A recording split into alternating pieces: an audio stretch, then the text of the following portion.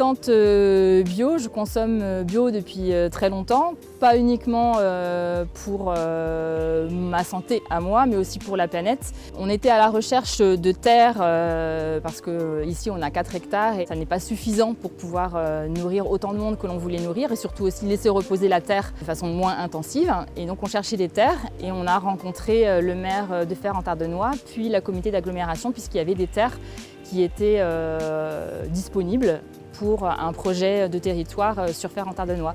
Et donc de fil en aiguille, un appel à projet a été lancé, on a répondu et on a été choisi. L'agglomération de Château-Thierry et la mairie de Fère-en-Tardenois nous ont loué 8 hectares de terre au total, que l'on a tout de suite converti en bio, puisqu'on a un bail environnemental qui nous oblige à cultiver en bio. Ça tombe bien parce que nous on veut cultiver en bio. Et avec une obligation de fournir le territoire en légumes bio et notamment la restauration collective pour essayer de faire plus de produits locaux et bio dans les cantines du territoire. Parce que j'ai aussi envie que mes enfants mangent bio à la cantine et pas seulement à la maison. Voilà. Ici, on fait 100% de nos ventes en direct, sans intermédiaire. Donc le fait de vendre toute la production en direct fait aujourd'hui qu'on est là et qu'on a aussi des salariés, qu'on fait vivre des personnes localement. Donc il y a 4 salariés qui travaillent ici à temps plein toute l'année. Et c'est grâce à ça, grâce au circuit court, qu'on a pu faire ça. Pour moi, en 2030, le territoire devra rapprocher les différents acteurs, que ce soit des productions maraîchères ou des productions animalières d'ailleurs, pour recentrer, relocaliser l'alimentation, en faire une alimentation de qualité, qu'elle soit bio ou pas d'ailleurs, hein, le local est vraiment le plus important.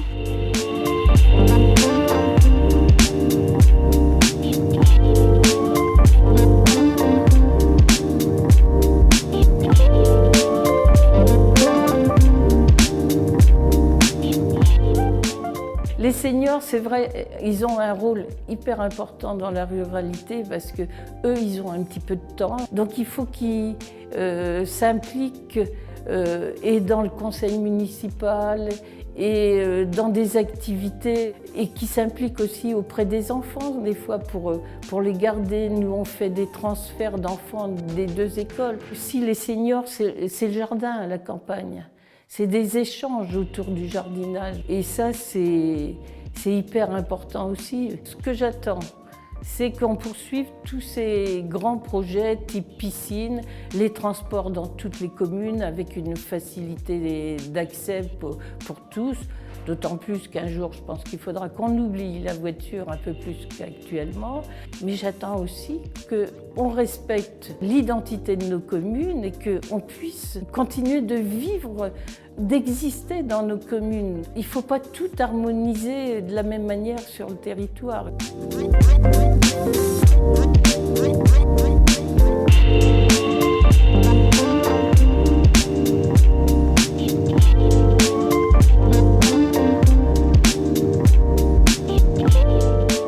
Un centre hospitalier peut tout à fait effectivement être un partenaire associé à une maison de santé.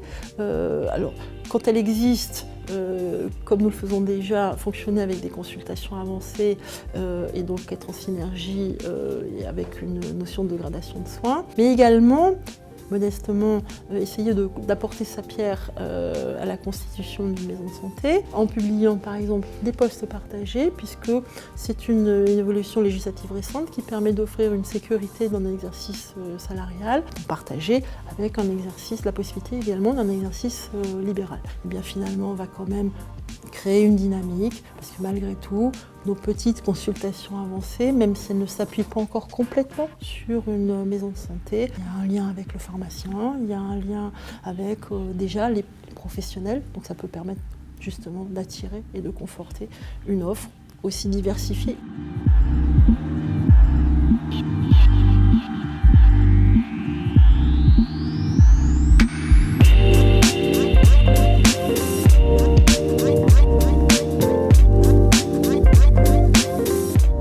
Le rôle de l'agglomération, il est justement de soutenir, d'encourager, de favoriser tout ce qui va permettre aux personnes en situation de handicap de vivre comme des citoyens à part entière, en prenant en compte les difficultés qui peuvent être les leurs, mais aussi leurs richesses, parce que les personnes handicapées, avant d'être handicapées, c'est d'abord des personnes, et elles sont aussi handicapables.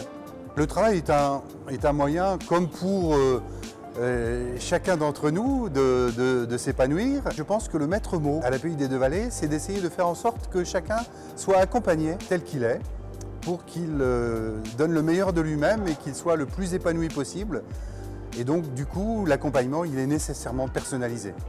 Sur cette structure, on n'a pas mis de sigle APUI, le mot handicap n'apparaît pas, le logo de l'association n'apparaît pas non plus, parce qu'on avait vraiment la volonté, premièrement, de s'inscrire au cœur de l'activité industrielle ordinaire, c'est bien tout le sens de cette implantation, et puis de proposer une prestation de qualité comme toute entreprise, sans labelliser, si je puis dire, sans spécifier, sans stigmatiser avec la question de handicap. Donc c'est vraiment une volonté d'inclusion, d'intégration dans le dispositif, le milieu ordinaire qui prévaut dans cette logique.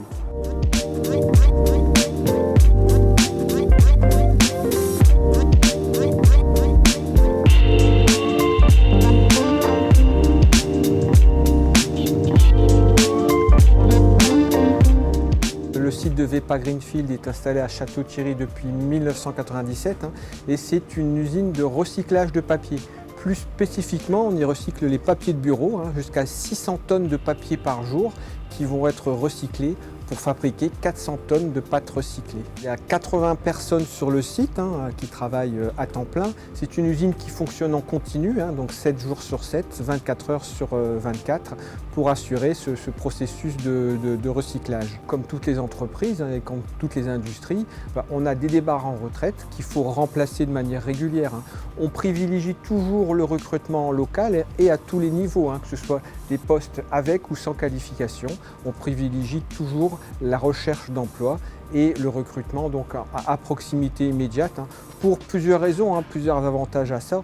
Pour une entreprise qui fonctionne en continu comme la nôtre, effectivement c'est beaucoup plus facile pour les personnes qui y travaillent de vivre et d'habiter à proximité, c'est une première raison.